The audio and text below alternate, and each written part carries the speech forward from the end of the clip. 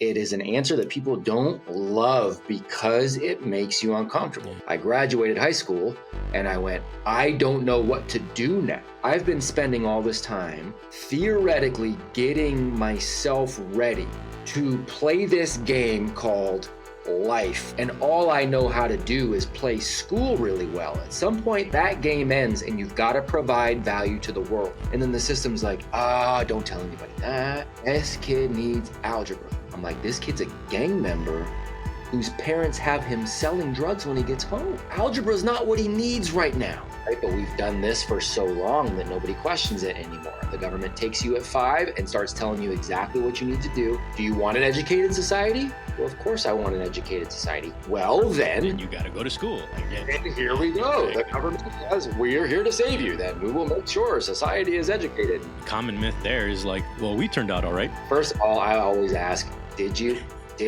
But it's still jumping at him, and he's literally throwing sidekicks, dude. And he's just throwing, and he's like, you don't get to do this. And he's just like going at it, right? And there's this dad thing in me where I'm like, I want to run over and I am going to kill this rooster right now. It is dying right now. I want my son to watch me just snap the life out of this. I can see the enemy approaching the battleground. Hear the drums pound like a thunder sound loud. I gather up my crowd to prepare them for what's coming. We've been summoned. What's going on? Welcome to Alpha Dad Consulting, a show where we focus on helping dads become better family leaders. I am your host, G Vidal, and today we're going to be diving into a part of family leadership that gets viewed as often not being our responsibility as dads. And that responsibility is education. And maybe it's a culture thing, maybe it's a society thing that has convinced us of this. But to have this conversation today, I invited a very special guest. He is a lifelong educator and provocative thought leader on the topic of education and personal development, a 2-time featured TEDx speaker who has also spoken on hundreds of other stages around the U.S. He's the co-founder and leader of the Apogee Strong movement. He's the host of the popular Essential 11 podcast. And on top of all that, he's a devoted family man and a trusted mentor and brother of mine who has more vowels in his last name than the word chimichanga. And I want to welcome back to the show, Matt Beaudreau. What's up, brother? You worked chimichanga in so early. Hey, I had to throw it in there somehow, right? Early. Before you even get a chance to say a word, you'd worked it in. That's awesome. That's awesome, man. Always good to be with you, brother. I appreciate you. One of my favorite humans on the planet. Likewise, man. I appreciate this. And I've been looking forward to this a lot, man. This is this is part 2. We had this dude, it's been like almost in May, it'll be about 2 years since you were on the show the first time, which is crazy. No way. Yeah, because it was May 23, right? So like when during Apogee year 1. I have no idea when it was. I don't like time.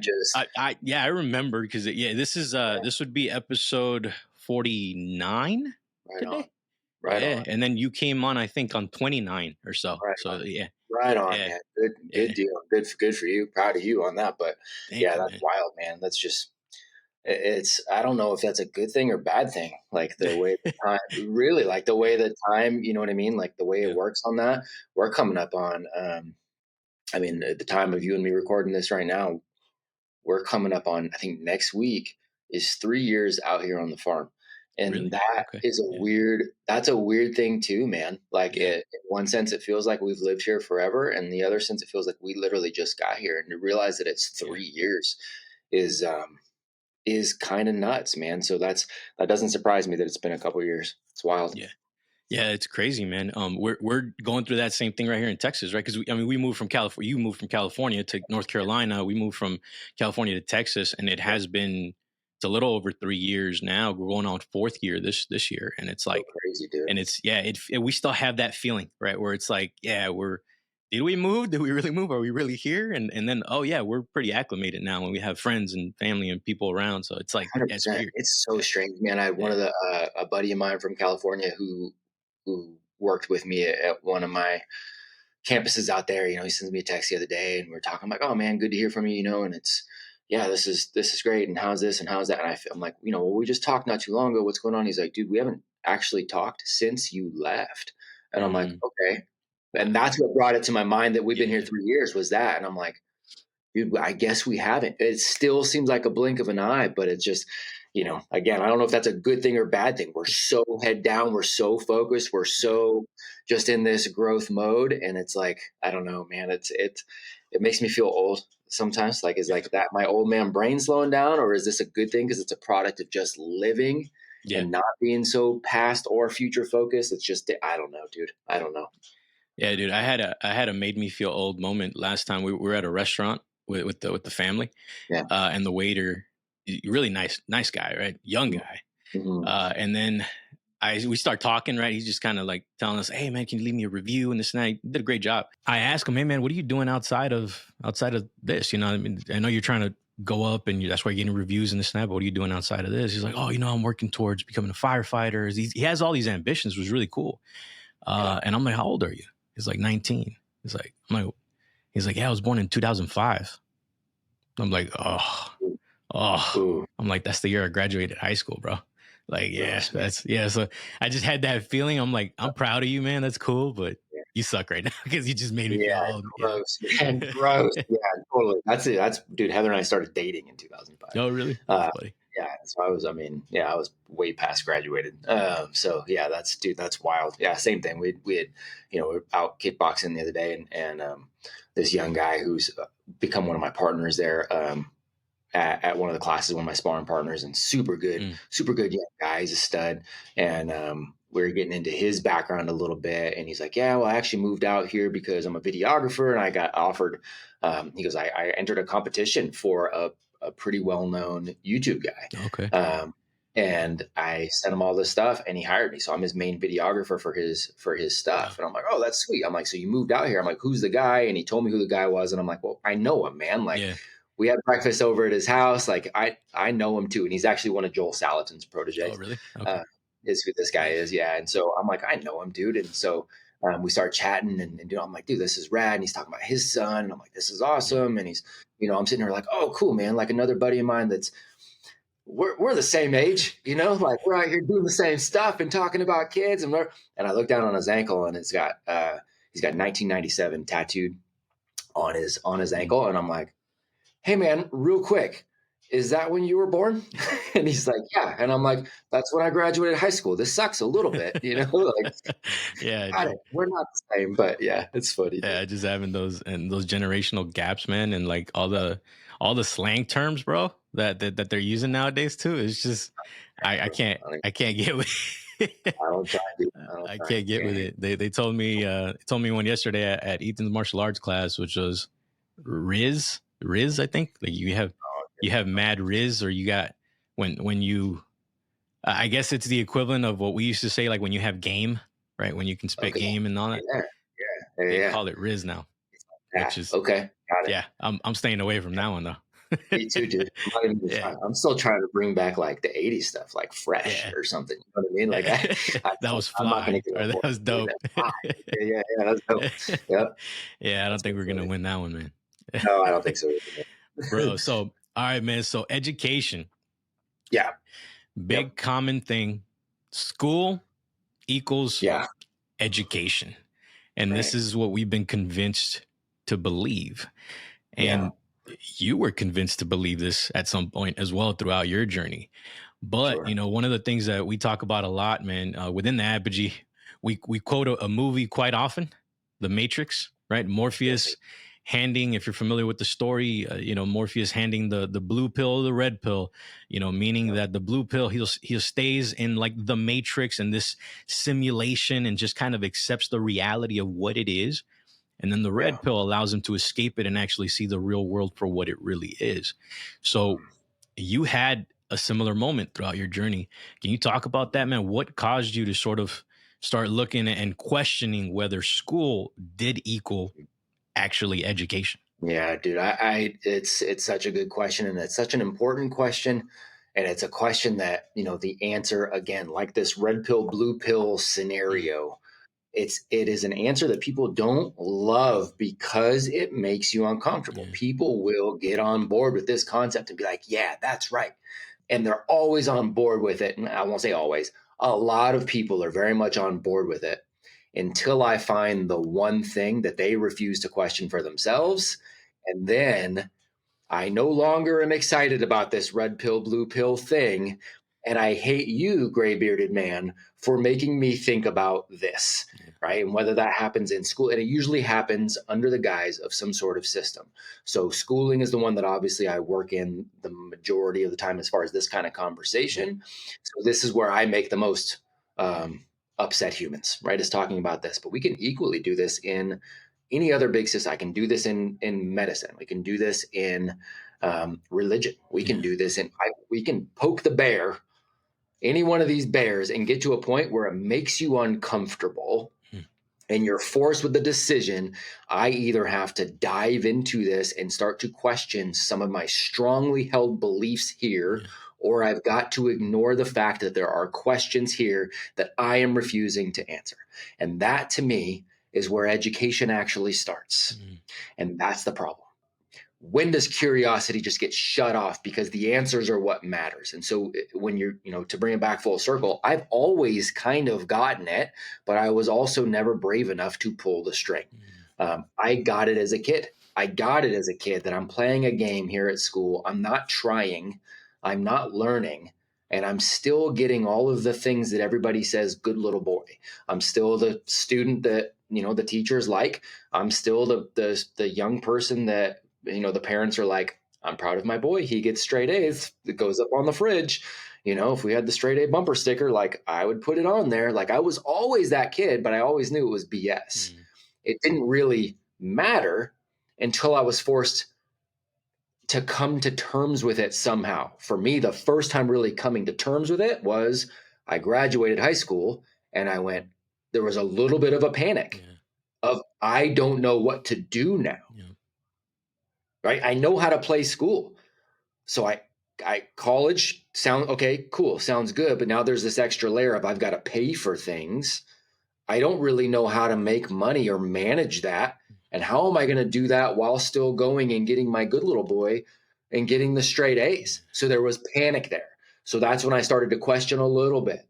And then I figured out that particular game of, okay, here are all the jobs I'm going to do so that I can make the money, so that I can still keep playing the game that I at least know I'm good at and I can get my A's. But then what happens again?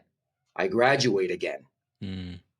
Right. And I can go, okay. So, and a lot of people face this. And I say this, not just, I guess it's anecdotally, but the reality is I talk to so many flipping people who face this exact same thing where they're like, okay, then I graduated high school or I graduated college. And I'm like, now what? So I'm just going to go back and maybe I'll get my master's. Maybe I'll get my doctorate. Maybe I'll go back to teach this because there's so many professors that were just scared to ever step outside of that. Wow. Yeah. Right? That they just stayed there. And that's a conversation I've had with so many. So it was all these little moments of panic where it's like, well, shoot, I've been spending all this time theoretically getting myself ready to play this game called life or being an adult or being successful or shoot, what is it supposed to be? And all I know how to do is play school really well. At some point that game ends and you've got to provide value to the world. You've got to have something else to bring. So every new stage was a little bit of like what do I do? Every single one of those stages. And so that was kind of the underlying like irking me forever. And so it was always thankfully met with at least, okay, I'm going to just work really hard at whatever this next thing is, as ridiculous as this is, right? I'm going to work hard at these jobs. I'm going to work hard, which I'm thankful that I had the work ethic because those opened up opportunities for me, even though I had no idea what the hell I was doing. And then there was a comfort that really came back into my mind where I'm like, okay, well, I know I was really good at that game of school. I'm learning now that I enjoy talking to people. I enjoy, kind of the instruction side and the mentorship side okay, maybe that's it. Maybe that's it. Maybe that's why I'm so comfortable because I'm supposed to go back there. So I go back there with a little bit of a new, like, okay, guys, I've seen it. I've seen it over here. You actually have to have these other skills. I've seen it over here. It doesn't really matter if you got straight A's because I saw a lot of people with straight A's who are freaking miserable and can't do it. I saw them at the highest level of the quote unquote elite school that I worked at. And these guys were miserable. Like I'm going to come back with the Holy Grail and be ready to rock and roll. And then the system's like, don't tell anybody that. Don't tell anybody that. This kid needs algebra. I'm like, this kid's a gang member whose parents have him selling drugs when he gets home. Algebra is not what he needs right now. No, that's what he needs because that's how we get paid, because that's what his test is on, because that's when it really all started to unravel. And I don't pretend like that went like, okay, here we go. And 6 months later, I'm doing something else. That's what kicked off years of, right? Working in some tough areas in California. That's what kicked off years of like, okay, how do I actually serve these people in this system? Multiple years of that going, okay, there's some system. Yes, there's not just system issues. There's great teachers. There's great parents. There's also bad teachers. There's also bad parents. But the system itself is not going to change because I want it to. Yeah. It's not going to. And I actually have everything stacked against me so that I can't. Even on my own site, I can't fully do what I want to do for these people. Mm. So I guess I'll go. So it was system to system to system where finally I just went, I'm tired of putting it in other people's hands. I got to figure something out. So that's many, many years condensed into a few minutes, but it wasn't just the one thing. It was the series of things and being uncomfortable, not asking more questions. Yeah.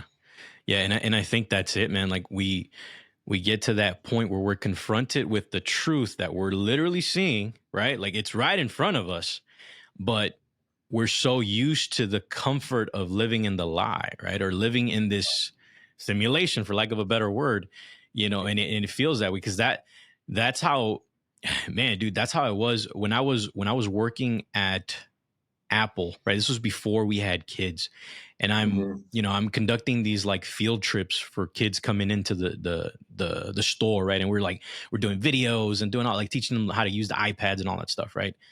And I remember very distinctly because I was in charge of that event. And I would work with a lot of neighboring schools in the community. And dude, when they would come in, it would be chaos. Like it'd be so hard to like, man, hey dude, like over here, man, stop touching that phone. You're like all over the place. And it's like 30 kids, one teacher, the teacher just kind of like handed the kids off to us. It's like, all right, well, go ahead, do what you're going to do with them for the next hour and a half. And then, all right, cool. Right. Yeah. So I get that experience and I'm like, man, like, this is weird. This is weird. I don't remember school being like this. This is weird. Then I get a group of homeschool co-op parents. Okay. Yeah. It's my first exposure to this.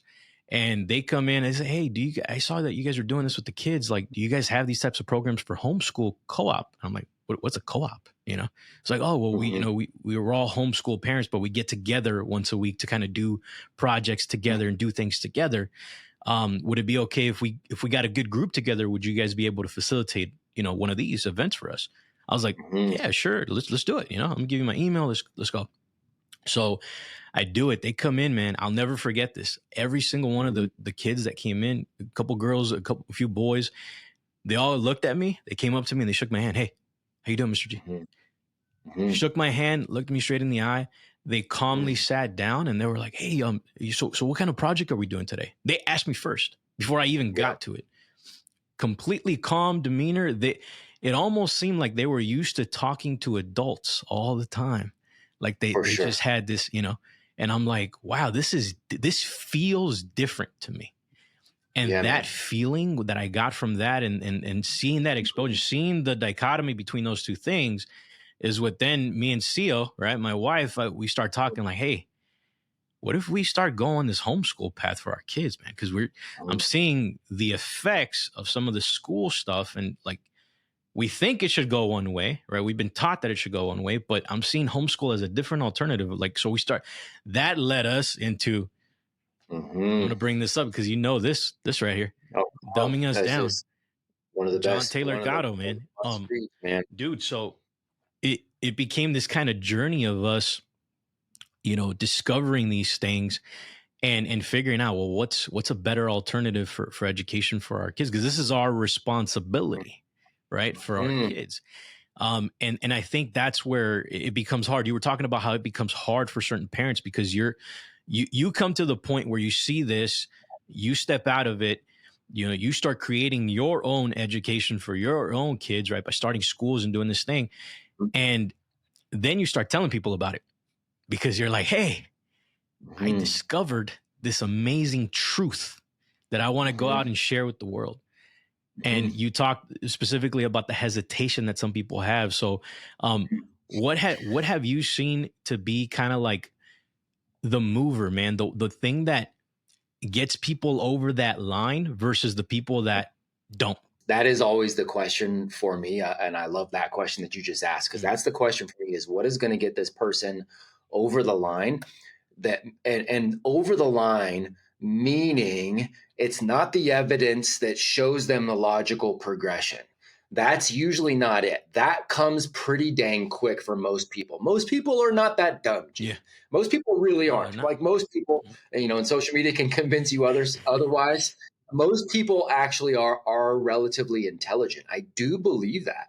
And they can follow the logical progression. It is not the logic that gets them over the line, it's the emotion, right? Because the underlying fear, and we'll use all of these other things to try to distract us from asking the question that we really want to ask. We do this as people anyways, in any of these arenas where we've got this emotional connection to, right? And we'll start to employ these logical fallacies where it's like, if I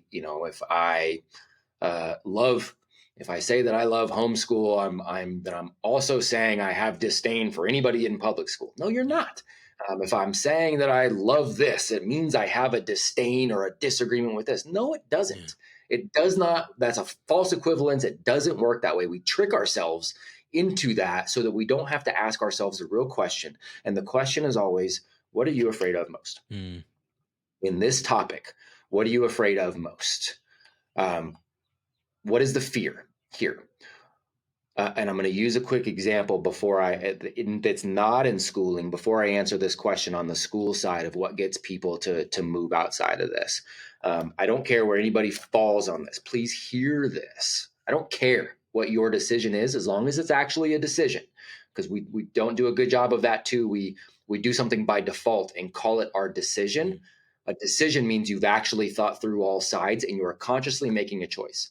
I don't care if somebody disagrees with me ever, if they've done that, right? I don't care if they've done that. Most people just don't do that in certain realms. So when it comes to the topic of vaccinations, which I know is a tough topic, I don't care where you go with this as your family. I just want you to make an informed choice. For my family, we have chosen not to, but we did a little bit, and then we fell into that, seeing a vaccine injury a little bit for our oldest. And so this took us down this whole big multi-year, huge path. Hey, so our son, he's born. We're like, all right, man, we're ready to rock and roll. If we went back now, I'd probably do a home birth. I mean, and that's where we would do a home birth. Like that's kind of where we landed on it now. But we had a midwife and we were in a hospital. Loudon comes out, everything's rocking and rolling, all good. And we're like, man, we're about ready to get out of here. And they're like, okay, we have to shoot him with we got to give him the Hep B, and we're like, nah, man, we're good. We're not going to do that. And they're like, okay, your child will die tonight. You know what I mean? Like they go straight to the fear. Oh, man. Yeah. Right. It's straight to the emotion of it all. Right. It's like, he's going to die. He's going to do, like, you're setting him up for this. It's straight to the fear tactics, because it's the emotion that they will bank on. It's not, let us show you all of the research on both sides so that we can have and to be fair, they don't have time on that either. Like I get it, but it's straight to the fear. Yeah. Right. And so that's what they're banking on, is that you're going to be afraid enough to fall in line. School is the same thing. The underlying question for these parents is, am I going to mess up my kid? They don't even necessarily define what that is. So my question for all these parents is always, what is the thing you think you're going to mess up? That's always it. What is the worry? What is the thing you think you are going to mess up? And are you afraid of it? The thing that you're afraid of most, are you afraid of it for your kid? Are you afraid of it for you? Yeah. Right? Are you afraid of it because your parents are going to be pissed that you are homeschooling your kid? Are you afraid of it because your neighbor is not going to agree with your decision and you can't handle the social pressure of other people? Are you afraid of it for yourself because you understand that there is responsibility there and it means you're going to have to grow too? Yeah. And so that in of itself is scary because you're going to have to admit your own inadequacies and you're going to have to actually do the thing that you say you want to do, which is grow and get better, but you know you don't really want to do it. Are you afraid of that? Are you afraid that you legitimately cannot provide really good opportunities for your kids and you're somehow going to mess them up and they're not going to be able to function in society? All of those are valid concerns. That's fine. Let's address those. What is the thing you're most afraid of? That's always the starting point to actually getting a parent over the hump. It's not exactly the same answer for every single one, but it's getting them to really be honest and examine, okay, here is the thing I am afraid of most. Yeah. And then we can start to unpack, is that a real fear that needs to be there or not? 9 times out of 10 and it's not. Dude, that's so good. Cause that, and what I'm hearing you say is that the people that can wrestle with that question, Yes. right, and actually look at the evidence and try to weigh out the options and weigh out and make a decision, an informed decision from wrestling with that question, those are usually the ones that will step through, right? And Bingo.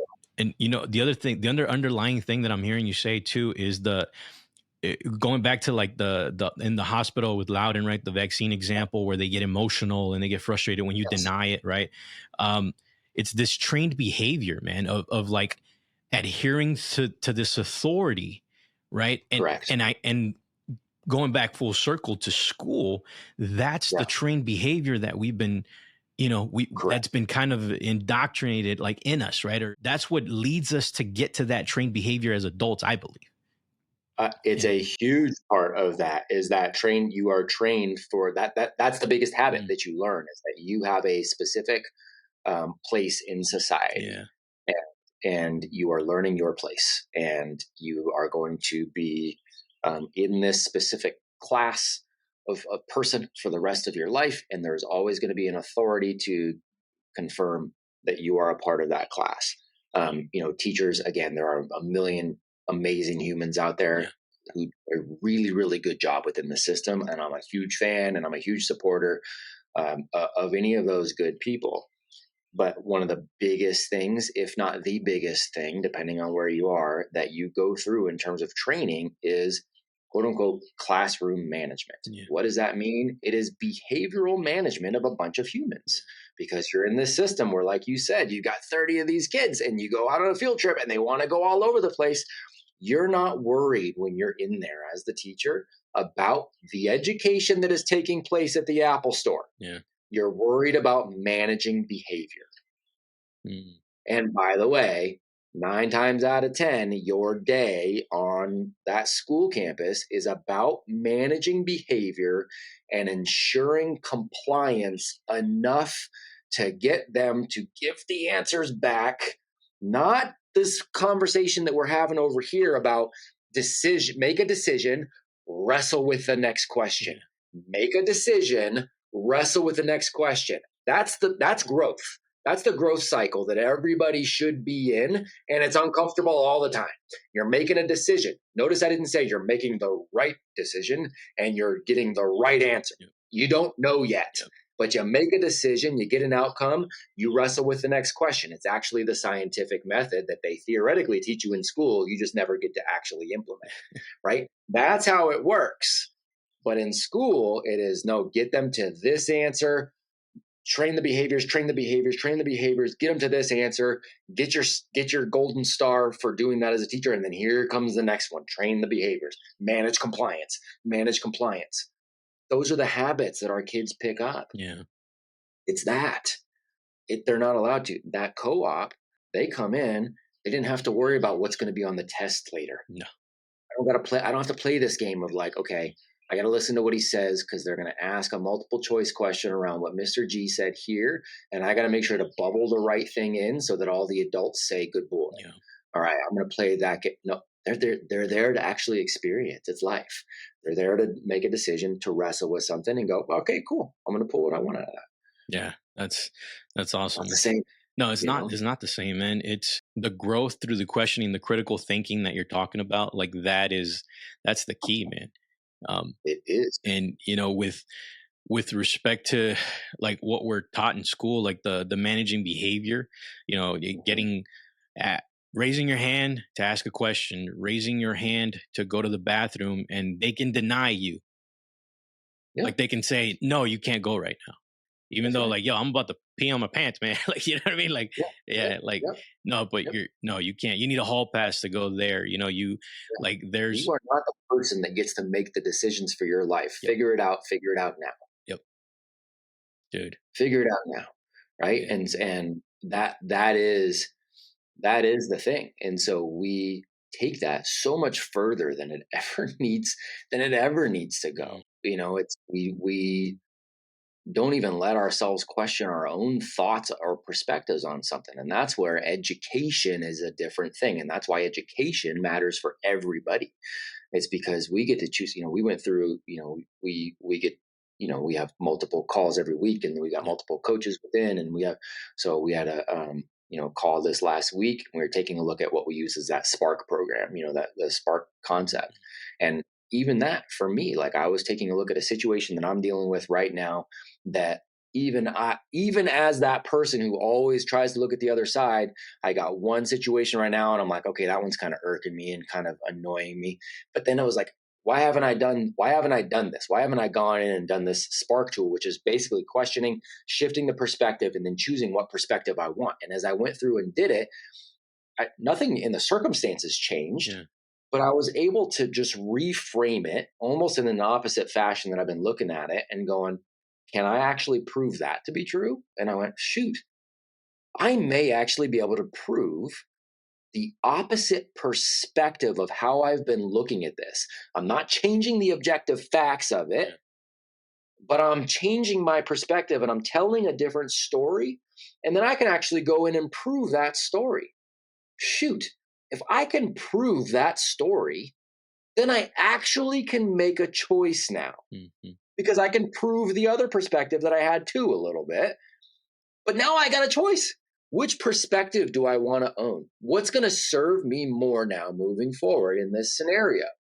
Because I can prove both sides a little bit. So shoot, I'm going to go on this one over here that actually gives me a better perspective. It actually takes a little bit of the stress off, and it actually starts opening up the creativity again of how do I make a better decision around this and get to the next thing. Like it's that. And it's so much more difficult than people realize. I mean, it's literally the mental jujitsu of it all, right? Physical exercise, doesn't matter if you're in good shape. You can get yourself to where it's like, oh, I'm tired. We should be doing the same thing with our brain.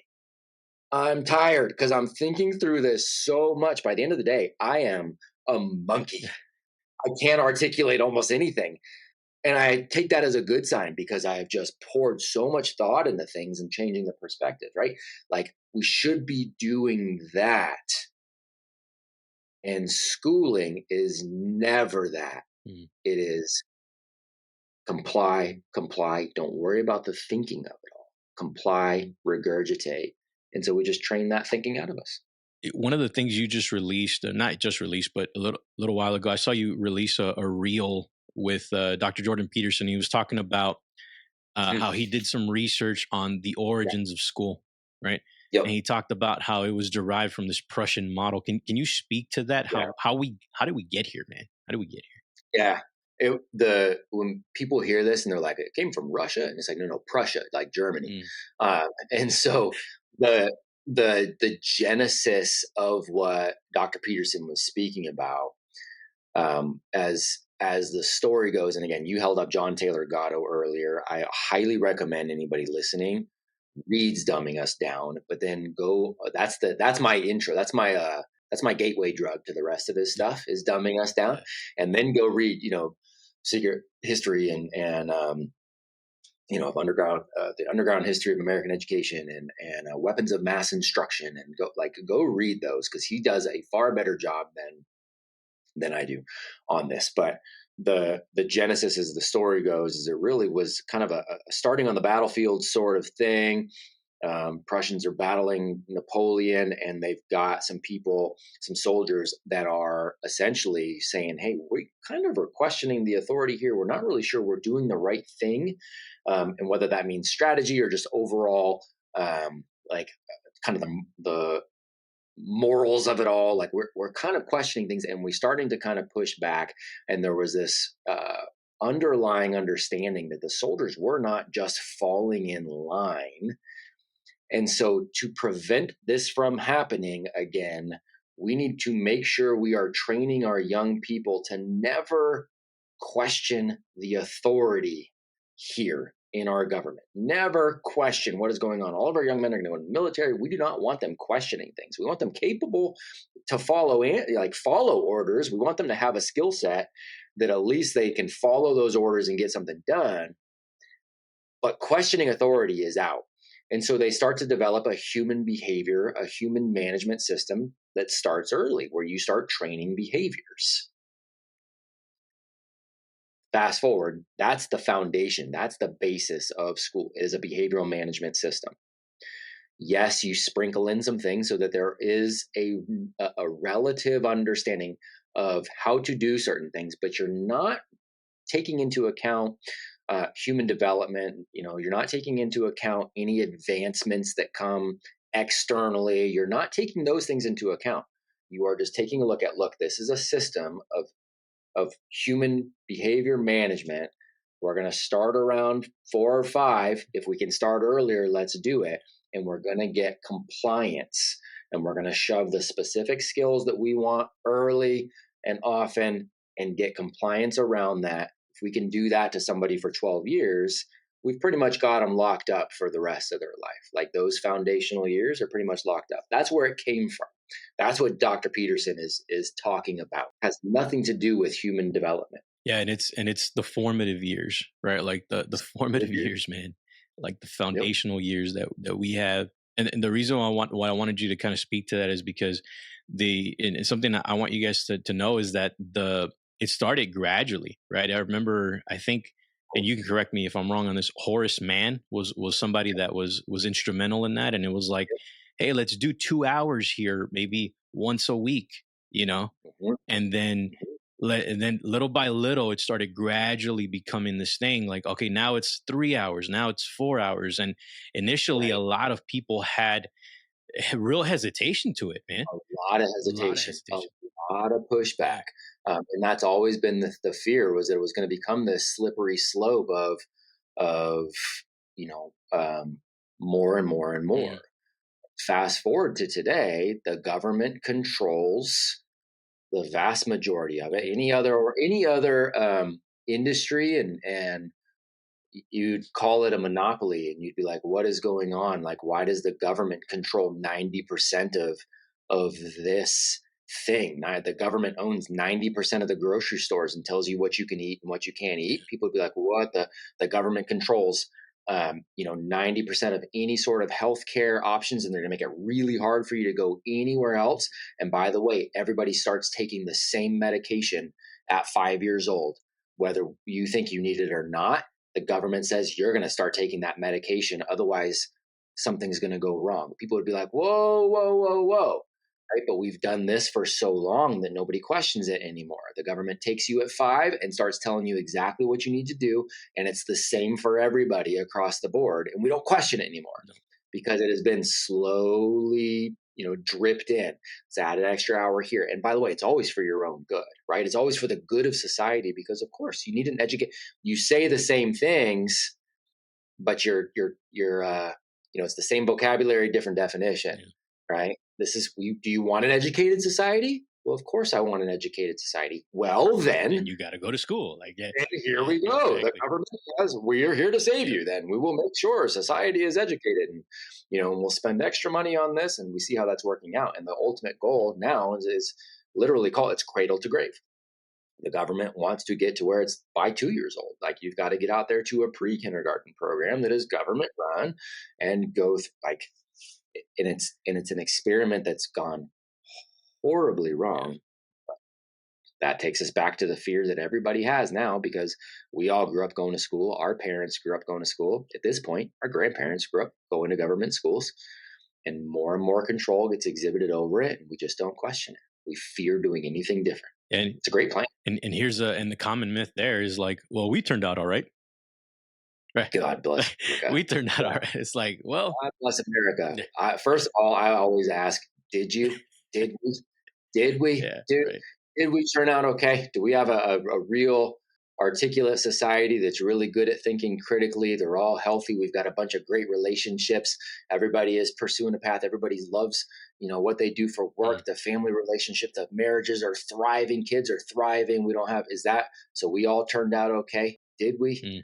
We all get along well. We can have good conversations where we're okay with disagreeing with somebody and having an actual, dialogue. We can point to all the cases that we're not necessarily okay. And then it's also an assumption that the world is the same and that schools are the same. Neither of those are true either. Schools are not the same, even when, you and I were in it 30 years ago or 20 years ago, right? School's not exactly the same. And the world is sure as hell not the same. The distractions for our kids are not the same. The opportunities for our kids are not that. I don't want to paint it like it's all just a bad thing. Like the opportunities aren't the same. There's more opportunities for them now too. None of that's the same, but don't take that into account. Just, this is what we always knew, so this is what we always do. Yeah. Recipe for disaster. Yeah, man. Your inherent fear of failure. I always go back to that, right? 100%. Just, dude, everybody, right? Everybody you talk to, they have this fear of failure. And it's like, that's how we learn, man. But, we learn from making mistakes. You go to the shooting range, take your first shot, you might miss. You might not hit the target, but guess what? You take a few more shots and you start adjusting. All of a sudden, you're getting closer to that target. You had to fail quite a few times to get back on target. That's right. Right. So it's that's right. Yeah, that's 100%. And then it gets reinforced, man, through, it gets reinforced even harder by your own people who really do actually love you and want to support you too, right? You're at that shooting range and you're helping other, like you start to get a little bit better at it. And you're like, all right, I'm going to bring some people along with me and I'm going to show them how to shoot. Not that I'm saying I'm the perfect shot. I'm just saying I'm a little further along than you are as far as shooting. Yeah. Here you go. And people are like, all right, cool. All right, cool. And then they see you mess something up and they're like, oh, okay, man, I think you're messing this up. And now all of a sudden they're the expert because they want to help you, but now they're the expert. And then they're wanting to make sure that you, like, failure is no longer an option for you. It's people in your own circle that start telling you. Growing a business is the same way. Growing a family is the same way. You got people that do love and care for you at some point where they're like, oh, I would have made a different decision here. And therefore they start feeding your doubts too. It's like, I would have done it differently and I don't think you're doing it right. And let me tell you that. And and so all of a sudden you're just like, you feel like there's no support, anywhere. But again, all of that only feels that way if you're not used to listening to your own voice and trusting that you're going to wrestle, you're going to make decisions, you're going to make some of the wrong ones, and that you'll pivot and you'll make a better one afterwards. Until you learn to trust that, other people's voices outside always end up irking you a little bit. And that was a long time to learn that and get over that hump. Yeah, man. Yeah. And I think that's the thing, right? If we would have gotten, I believe, like a different upbringing, this kind of educational freedom, right? And like, or how education leads to this freedom and sovereignty that we talk a lot about, the critical thinking and all that, getting that early on, we'd be on very different paths, I think, or further ahead, than we would have otherwise been. So very much so. Yeah, man. Yep. So dude, so let's take back the word education, man. And I know this is the mission that you're on, is taking that word back, and how it does lead to the sovereignty and freedom you're talking about. So how has that become kind of this mission for you? How do you define education? Because you usually say, like, I'm not a teacher, I'm an educator. And I love that when you say that, but what do you mean when you say that? Yeah, I mean, I have fallen into believing, for the most part, and when I say for the most part, I mean, this is where I believe the evidence has led me. I'm open to changing my mind later if evidence points to the contrary. That's the mindset that I think needs to be there for everything. Like, look, as far as I'm concerned, this is where I stand on this. Here's all my evidence. If you can convince me otherwise, great. I'll also try to convince myself otherwise, which either makes me start to question or it just solidifies my stance. I've got a pretty solid stance that what Socrates says is true.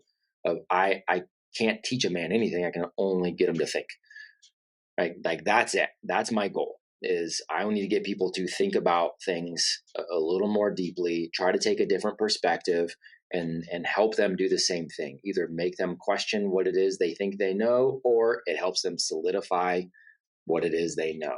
But it's up to them ultimately to do that or not. I can only try to inspire them to do it, to try to motivate them to do it, to set up a scenario where it happens.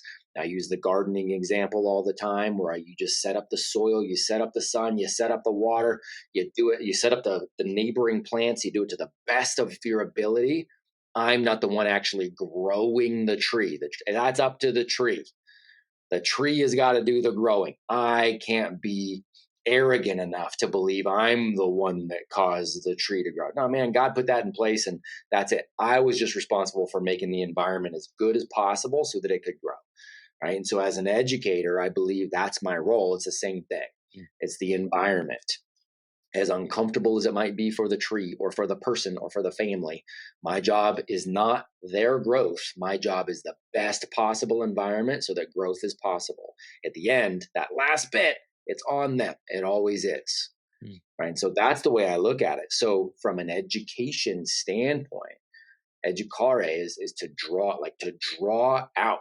My goal is to try to draw out the best in people. And I really take a look at it from two perspectives. One, what is the thing we think everybody needs to, we as a collective, what are the things everybody needs to be educated on? And I just mean they need to grow in. And then what are the things that person wants to grow in? They want to. Right? It's those two things. I don't try to overcomplicate it more than that. So there's very few of these what I call the meta skills that everybody needs of all time. The reality is you're going to have a relationship with another human being. Yeah. Whether that's a spouse, whether that's a friend, whether that's a coworker, whether that's a child, whether that doesn't matter. You're going to have a relationship. So I believe it is a meta skill for all humans to understand how to have a decent relationship, how to communicate with another human, how to be okay with how they communicate with you, how to be able to work through problems, how to be able to communication matters. How do you articulate your point of view? How do you learn to listen to somebody and get theirs? How do you weigh that evidence? There's all the little intricacies of having a good relationship with somebody, and those intricacies change depending on the nature of the relationship. That to me is a meta skill. There are very few meta skills. I really believe that. Physical health, you're always in your body. You're always in your body. And so you are designed to be a healthy individual. Your physical health matters. I don't mean, come on, bro, get jacked. Like, I get it. And there's a part of me that agrees with part of that 100%. Like, that's great. But the point is health. And I always use this example too. Am I still in decent shape for a 45? I'm a 45-year-old man. Yes. Do I still have a six pack? I do. I'm glad about that. That's cool. That's awesome. Good for me. It's more important to me that I don't even remember the last time I had a cold. And I can work every single day and I feel good and my brain works and I'm not sick. I've got energy to do all these things. That to me is more important. Physical health. I'm in my body. I want to be able to have that go as far as it can go for as long as it can go. Those are the meta skills. But then what's important to me individually too, right? You can't say sales and marketing is important for everybody. Well, it's important for part of my mission though, and what I do, right? Like that matters. So I also need to be able to dive into that. So it's the meta skills and then the me skills. And education should put you in a scenario where you are growing in both of those. Yeah. That's it. If you're helping to educate another, you are simply trying to help create an environment where all of those things can grow. The meta skills that everybody needs, how do I create the environment so they get that? And the specific things that they are wanting, how do I, to the best of my ability, help them get there too? And sometimes helping them get there, and this is where parents get it mixed up, is they're like, well, I don't know how to do this. Okay, cool. That's okay. So do you want to learn along with, or do you want to figure out somebody that's so much further ahead because you're actually not going, and you can make that happen. That's great. Both those things are okay. That's where you employ other coaches. Morgan rides horses. I don't know how to ride a horse well. So I could either learn with her or provide opportunities where she can work with somebody who's way further ahead than I'll ever be. And that can work. I don't know how to do gymnastics. I don't know. So we have coaches that work with Brielle on how to do gymnastics. I know how to fight a little bit. So yes, I teach some stuff to Loudon. Also, we employ coaches to go work. Like, it's the same thing. Same thing. So I don't want parents to get caught up. What can you do? What can you do together? And then what can you do to provide somebody that can do what you can't do? Yeah. That's it. Yeah, man. Dude, when you break it down like that, it's so simple, right? It's simple. It's so simple. And it's that you talked about perspectives. It's like shifting that perspective of saying like, yeah, well, how can I make this possible regardless? Right. And dude, yeah, it's bingo. That's it. And by the way, that's how everything works, dude. We've got a mutual friend of ours, and I won't say his name on here because I haven't asked permission to say this, but it's a mutual friend of ours who is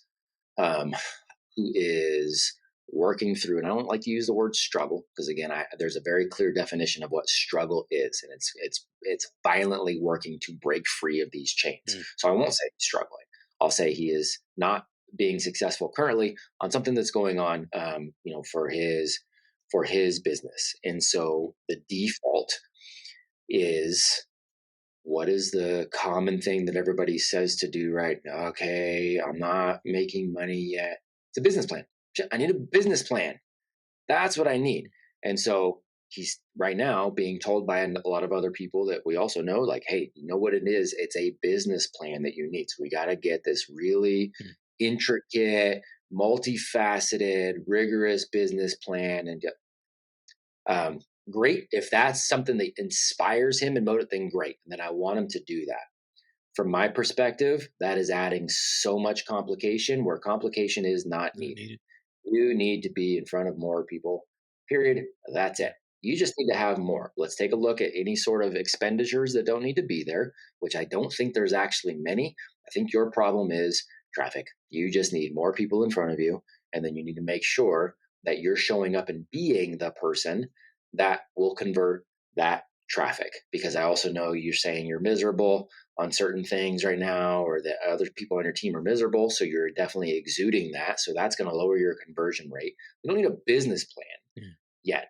We need you to just show up optimistic, look at the one thing that is actually going to change things and just go do it now to the best of your ability and then adjust. Yeah.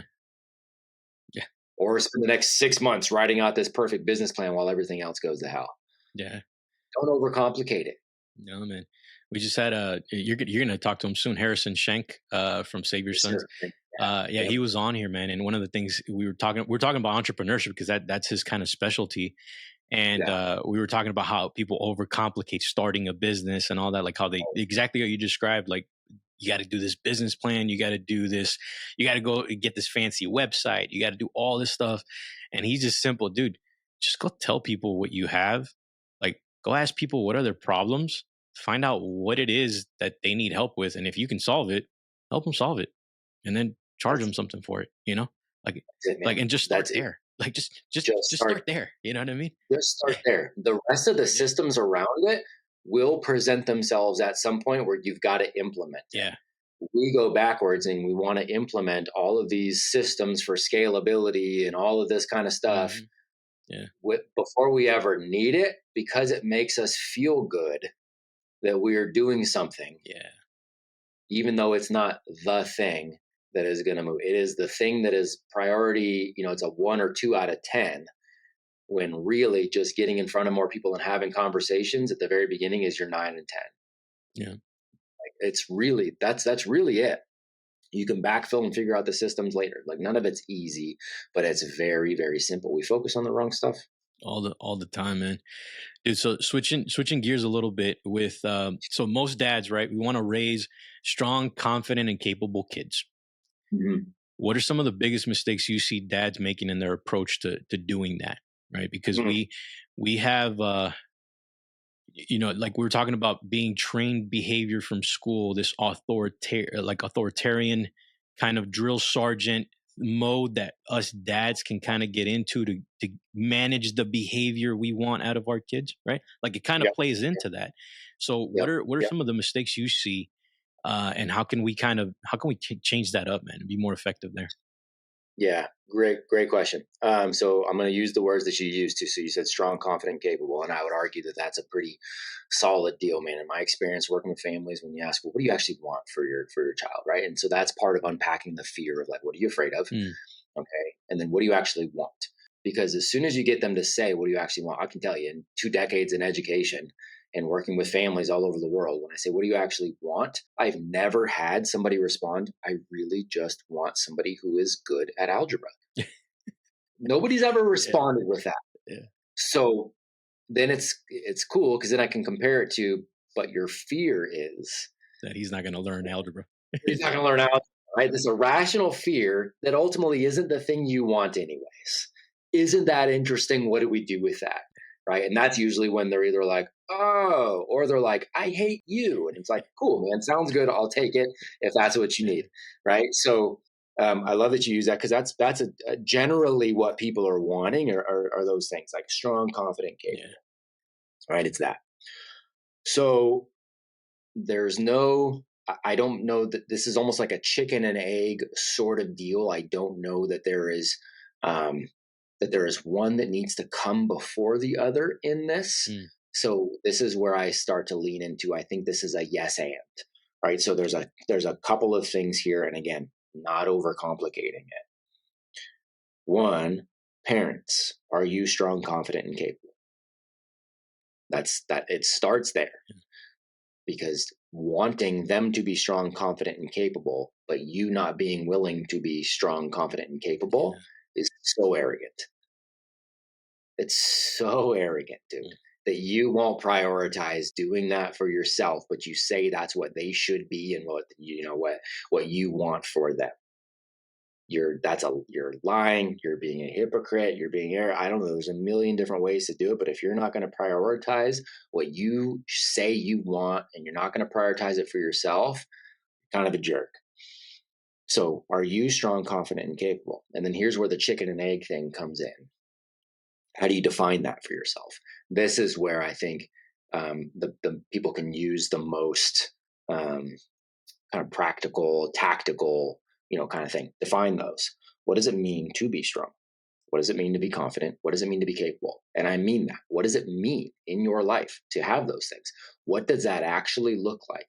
How does that strong, confident, capable version of you show up to all the different areas of your life? This is you, mom. This is you, dad. How does that person show up? And if it's not the way you're showing up right now, what's the gap? What is the gap and which one needs to happen first? Like, what is the biggest constraint for you now? Let's fix that one first. Let's go right there first and let's start fixing this. It's my physical health. Cool. Let's focus on it and actually get it dialed, right? I don't have good communication skills and I'm not confident in myself. Cool. Let's unpack. Why are you not confident? Where did that come from? How do we need to change that story so that you're telling yourself a different story of who you are? Capable at what? Mm-hmm. Capable at what? Because you can only be capable at certain. I am a really capable human being. I know that. Also, if my truck was to break down on the side of the road, guess what? I am not capable of fixing it. I'm not. I need to call somebody else that's better at that. That's okay. I'm capable. I'm not capable. Like, that's it. I'm, on a basketball court, you put me out and give me a chance to shoot 100, 3-pointers. I'm going to knock down a bigger percentage than the majority of the population. I am very capable. I am a capable shooter. You bet. You put me in a batter's box and I got somebody throwing me fastballs. I have zero confidence that I am capable of hitting anything. Like, I have zero confidence in that. You're only going to be capable at so much. So when you say capable at what? What are the things you have to be capable at? This goes back to those skills we talked about earlier. What are the things you have to be capable at? And what are the things you want to be capable at? Now, shift it to our young people. Guess what? Young people are people, right? Like us. So this isn't different. What does strong, confident, and capable mean? for that young person. What does that mean? How do they have to show up? What do they need to be capable at? Because everybody needs to. What do they want to be capable at? Where is the lack of confidence? Where are they confident? Let's discuss those. Let's define those. Where are they really, really strong? Where are they not strong, but they need to be according to them or according to you? And then what's the gap? How do we start to systematically bridge that gap and be patient enough while we systematically bridge that gap?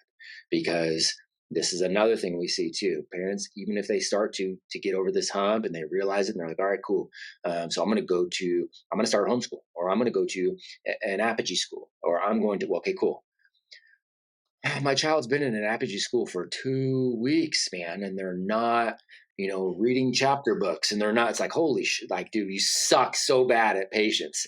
Like, we suck so bad, and we put time frames that are just stupid, and they're like, oh, so I guess we just have to go back to where they're going to hate their life, but at least everybody else hates their life the same. So for me, it's those things, man. It is, mom and dad, you being those things first. And then let's define what those things mean for all of us. Dude, so good. That's the game. Yeah. It's always the game.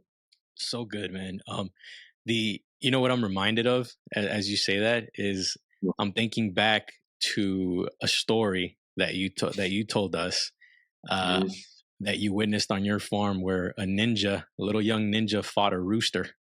Oh man. And how the adversity that played, the environment that played, like, you saw the confidence, the capability come out of that. Can you tell us that story real quick, bro?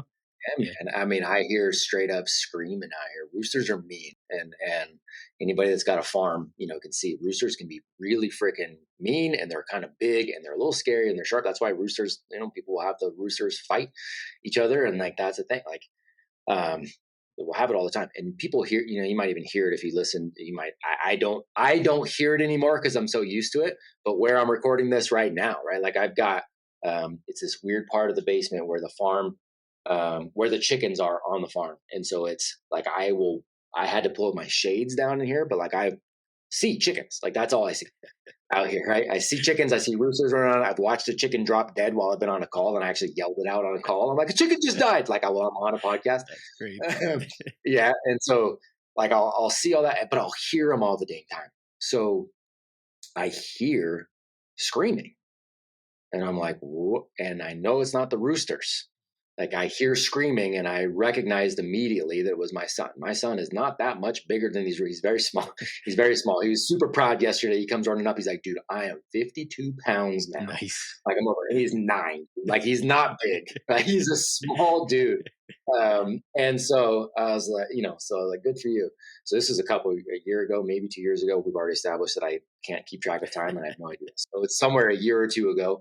And I hear this screaming, man. And so I can get from where I am right here to where the chickens are in 5 seconds. And so I hear the screaming, dude, and I go run out there, and my son is in a fight with one of the roosters that is coming at him full claws. I learned later, like it had waited until he had turned his back on it, and it had jumped on my son's back and raked him with its claws. Like it jacked. I mean, he's got legit cuts all down his back. And so it attacks him, and he turns around. He's just like, ow, and then it starts coming up and jumping into his face and jumping in. So he's screaming and he's crying because he's scared, but he's fighting. Like he's literally in a fight. And he just starts fighting it, and he threw some punches, and I see him start throwing kicks. He got it to back up, but it's still jumping at him, and he's literally throwing side kicks, dude. And he's just throwing, he's like, you don't get to do this. And he's just like going at it, right? And there's this dad thing in me where I'm like, I want to run over, and I am going to kill this rooster right now. Yeah. It is dying right now. I want my son to watch me just snap the life out of this. But I run around, and I'm almost ashamed, but I'm also not. I'm like, oh, okay, he's getting, and I took my phone out and actually snapped a snapshot of it because Oh, I'm really? like, I want to, so I have a Picture of it. picture, Wow. where he's just like, he's throwing his kick and this rooster's like up like this and he's kicking the rooster. That's awesome. But he wasn't in true danger. I was there and he needed to fight that. He needed to have that battle. Yeah. He needed that. Of course, that sucks to watch my son get attacked and be really scared and he's bleeding. Of course, that sucks. Also, he was going to be fine and I wasn't going to let anything more happen. Yeah. And now he had that, hell yeah, I fought back. Mm-hmm. Like I fought back. Something came at me and I fought back. And I literally, it's so funny that you asked me about this because I heard this from the office. I heard him go out there to go check for eggs because we have a bunch of egg eating chickens right now. The bastards are like, they're laying eggs and they're eating them. So we're not getting, so we're having to go check more often. And he goes out there and I heard him say, Jack, which is the name of that rooster, Jack, you don't want a piece of this. And I was just like, hell yeah, boy. That's right. Yeah, that's it. Like, that's it. He goes out there with confidence and he's like, I'm going to go check. And Jack, you don't want a piece of this because he's always worried that Jack's going to come at him. But he's just like, dude, I'm ready. I'm ready because I know I can handle it. Yeah. You know what I mean? Bro, that's so awesome, man. Such a great story. It's it's so funny, man, that most guys, dads, and I'm thinking to myself, I'm thinking to myself as a dad in that perspective, watching Ethan go through that. And dude, that you would be quick to jump into that moment and intercede, right? Yep. But that fact that you were patient. You held back just a little bit, just enough to be able to observe and take in what was actually happening and what could come out of it. And you can't manufacture the confidence that he now exudes and he can go in, that right there was worth that adversity and that tense moment. And all, like, that's what I think people don't realize, man. You bet. You bet. And this is so, and I want to, and again, thank you for even bringing this up because I want to make sure people understand too. This is also a product of, I have jumped in way too soon for way too many things, way too many Making times. a mistake. I've made those mistakes. And then I've gone back and gone, okay, I probably should have waited a little and backed up and let them have the experience of, right? And then I make the mistake again. I'm like, shit, okay, I should have backed up and let them have it. And this for any of the, for my girls, for them, for what, like, I should have waited a little bit. And it's those kinds of things over and over and over and over and over again for years and years and years, that when you allow yourself to reflect, you allow yourself to question, you question your decisions, you wrestle with it, you ask yourself more questions. It's that same cycle we were talking about earlier. Your decision-making process gets faster.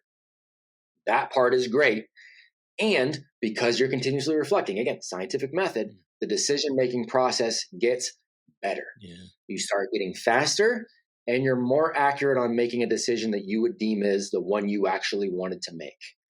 It's that process over and over and over. Your mental reflexes become better. But when you're not actually reflecting, you're not actually actively making these decisions, you're not challenging your reactions. When you're not doing that, you can't trust that as well. People, trust your instincts. I don't trust everybody's instincts. I trust mine.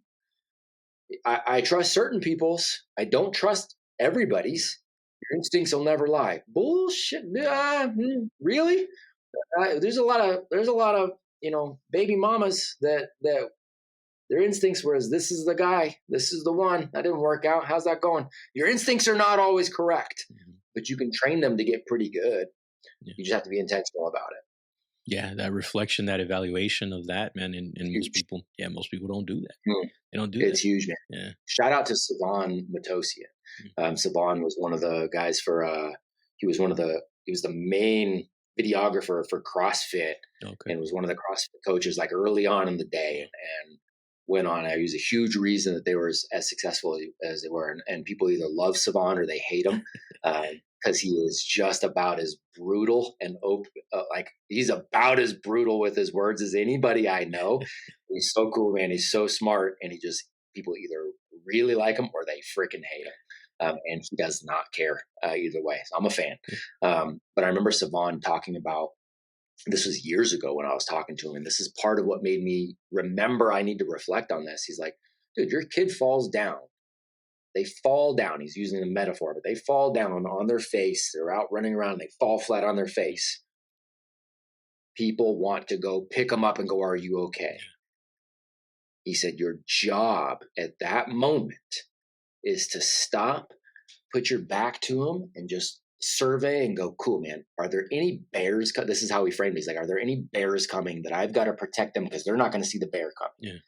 Because if there's nothing big coming like that, that's my job right now, is to protect that, so that I can also give that little person the honor of dusting themselves off and getting up and showing themselves that they're okay. Yeah. I protect the big stuff and I let them fight through that little stuff so that they can get that. Like, he said that to me years ago. And that's something that's always been, that I've been reflecting on and trying to hone. So again, screwed it up a bunch. I'm thankful it went down the way it did with the rooster. Yeah, that's good, man. And that's a good analogy too. That's a powerful one. I love it. Yeah, dude. So full circle with Loudon. Yeah.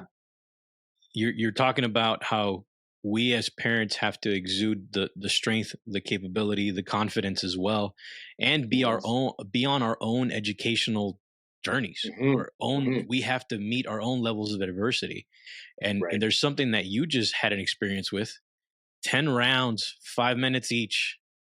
And you're still growing and educating yourself in a martial art, or in boxing, and in this particular sense. Can you tell us that story, bro? Because that was awesome.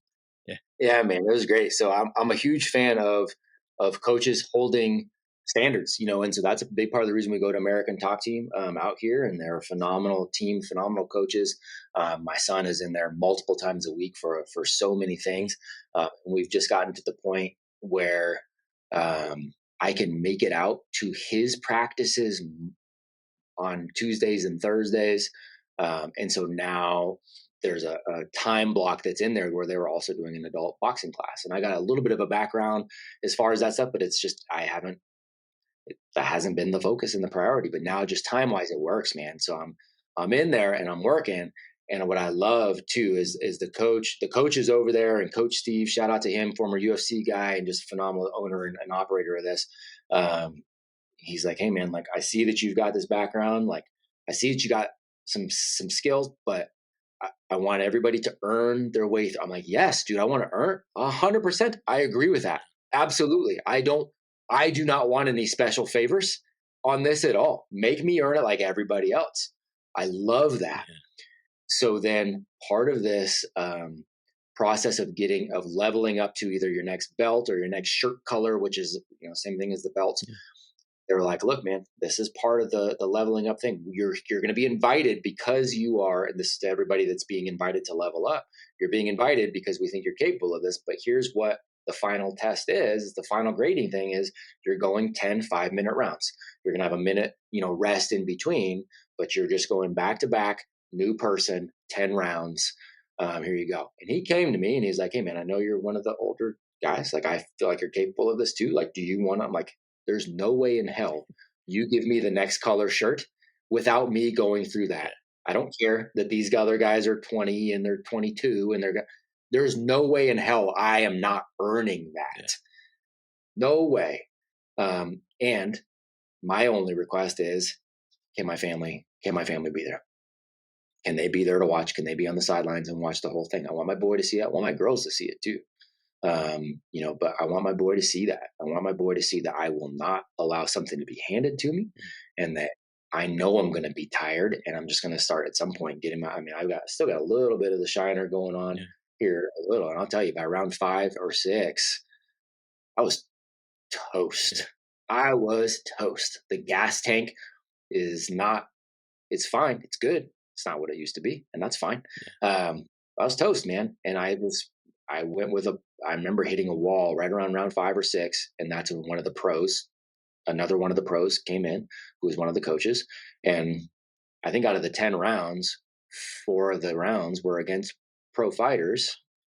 And 3 of those came round 5 and after. Oh, man.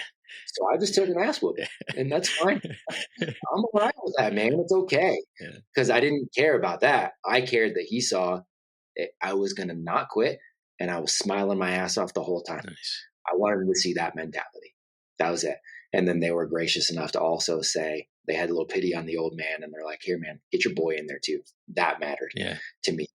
It was nice because I got a little bit of a break, sort of, but he whooped my ass too for that 5 minutes, right? Because I just told him, I'm like, hey, man, I'm going to get down my knees so we're the same height. Throw. Just go. Yeah. It's okay. Like, throw. You're not going to hurt me. You're going to be okay. Throw. I want you to get used to throwing, and like, what does it mean to actually make contact? I'm going to punch you a little bit, but I want you to throw down. So that to me was super, super special to have him be a part of that. That was the hardest he's ever gotten to throw on somebody. Nice. Because he could go full blast and it was okay. And he got to see dad never quit through that whole thing. Dude, best night in a long time. Yeah. Yeah, it's a phenomenal experience, man. I love it. I love that for you. I love that you got to experience that. That's awesome, bro. So good. Yeah. So good. Yeah, and that Loudon got to get in there with you, you know, and just, 100%. bro. And he looked so he was focused, bro, on that picture or that video I saw that Heather put up. Yeah. He was I mean, he didn't hold back. And it was, it took him a minute to be like, is it okay if I really throw? And he cocks me once and I'm like, good shot. And he's like, okay, cool. And then he owned it. And he was like, all right, let's go. He's throwing down on Pops, man. But awesome. But it was cool. He's like, I could tell when you fought Coach Chris, I could tell you were tired, huh? I'm like, oh, dude, I hit a wall. I came back out later and had a little more energy in rounds like 8, 9. But dude, but I didn't stop. Yeah. That's what's important. He's like, yep, you got to see it. There's no hypocrisy from dad. That's all I want. Yeah. That's awesome, bro. I love it. Yeah, it's cool, man. So fun. Dude, so Apogee Strong Movement, man. Yeah, man. What are you working on now? What is this whole Apogee Strong Movement about? If you can tell everybody, I'm a part of it. I know I'm wearing the t-shirt and everything. He's wearing the hat, but let's tell them about what this is, man. And let them know what you're actually working on, what you're building right now. Yeah. And it's not a me, it's a we. Yeah. And you're a huge part of that, man. So not only are you, a part, like, you are a part of the leadership within this too. And so I want to make sure everybody knows that very clearly. Like, you have impacted so many lives here, and that, we talk about this being leadership on purpose. Leaders build more leaders, period. Like, leaders build more. And I've told you this, I've told everybody this. I don't care if at some point Matt needs to drop off the face of the earth in terms of everybody knowing his face or who he is, or, and I say everybody, meaning people, anybody in general. I don't care if anybody knows me from anybody else, as long as you guys do. And as long as I'm always pouring into you, I want everybody else to be the public face of this and just start shifting culture. That's it. I can fade into the background and just have the relationships with, the leaders that we have here. I'm good, man. I'm good. Nothing there. But that's what we are doing, is we are building sovereign humans who are leading well inside their family first, which starts inside the 6 inches between their ears, starts there, then to their family. And if somebody just stops there, dude, that's a win. That's a win. I have changed my perspective. I feel good. I am leading myself well in all the ways that we've been discussing. And now I'm also leading my family. And then hell, if I get there and I want to go out, step outside of that, lead my community, lead other people, awesome. That's it. That's how we shift things. So whatever level you want, like, that's it. That is the goal of what we are doing. So we've put together, as many verticals as we can to try to do that the best we can. And again, that doesn't come without the bet. Well, I thought you guys were just building schools, but now you're talking about, dads. We're talking about education for the whole family. Well, dude, I thought you guys were just pouring into dads, but now you've got this woman's thing. We want to pour into the moms too. What about the teenagers? I thought that's what we got the teenagers in there too. We've got the physical campuses. All of it works together. It's not this crazy thing where we're selling sandwiches and Ford trucks and boomerangs. Like, it's all the same damn thing. It is education for the entire family as best as we can provide it in terms of that environment that we were talking about, and so that's it. So what we're working on right now is every single one of these verticals that plays together. So, we got the men, and all our classes of men, and pouring into these men, many of whom are dads, and providing mentors, providing a roadmap for them to wrestle with, to make decisions about, to come back and wrestle with. It is literally this, it's a roadmap that really goes in a circle, because it is something that you can just continuously go through that roadmap and touch most key meta areas throughout the year. And then you're being reaffirmed on, but also what is the thing that you need out of all of this too? And where do you go for that, right? It's the meta skills, and it's the figure out what you need next too. And hey, by the way, we can't provide, we're not the end all be all for everybody, but if your meta skill is over here, or the meta skills are here, if your me skill is here, cool. We probably have a mentor that we can also try to bring in and get you connected with, so that you get a little extra piece of what the next step looks like, right? And we're doing that for the men. We're doing that for the women. We're doing that for our teenage young men. We're doing that for our teenage young ladies. The challenges, the projects, the mentors, all those are different, but the general structure of it is the same. And then we've got families that are home educating, and they're going, okay, how does this whole family do this, where mom is going forward, dad's going forward? Maybe we are part of the mentorship programs, maybe we're not, but we want to grow together as a family. Cool, sounds good. There's elements of this that absolutely map over here, and there's other things that are different, but that's great. We got our physical campuses. We're helping men and women who are deciding to bring this sort of thing to their community. Yeah. So we're helping them do that. And by the way, they get to connect to all of these other mentorship programs that we have. Like, that is it. Now, the hard part of all that, it costs money to run things. I'm not a money-driven individual, so this is one of my biggest things that I have to work through. I'm not driven by money at all. I'm not even in the top 10 paid people within our Apogee movement. And I'm the one that I guarantee obsesses about it more and works on it more, as it should be. But I'm not money-driven. But I do know money is needed to make the mission happen, right? And so, but I also know that can also be a sticking point. So there's like this game right now of playing like, cool, how do we raise money and use money through our foundations to scholarship people and scholarship them in the right fashion and the right people, so that they show up and they've also got skin in the game and they get in. So that's one of the biggest things that we're working on, especially considering we're working with the new administration on what it looks like from a federal level. And Apogee plays a big role on redefining what education means in this country anyways. That's the reality of it. And so we got a lot of conversations going around that. So that's the big overarching, but then every single vertical too. It's how do we make this better? Who needs to be here? Who are the coaches that need to step in to keep this thing not just going, but to make it get better? Yeah. I mean, how do we make it better? As time gets sucked away from, for various things, who do we have in place that, even though Matt's not in there, cool, that actually just got better and there's more support. How do we do that? How do we grow that? How do we scale that? How do we take care of everybody in the midst of that? So we're just scaling a business. Yeah, but it's a very impactful one, man. And it's one that it's a mission. Yeah, it's a mission, man. And it's one that has grown, exponentially. So like it's growing, and it's growing, it's snowballing fast, man. And I see it. I love it. And I love the people involved. I love you and everybody that's, man, like it's been life-changing for me, for you listening, for you watching. I can tell you right away, man, like with all certainty that it's been a life-changing thing for me personally and my entire family. And because it is an educational path that you can decide to go on.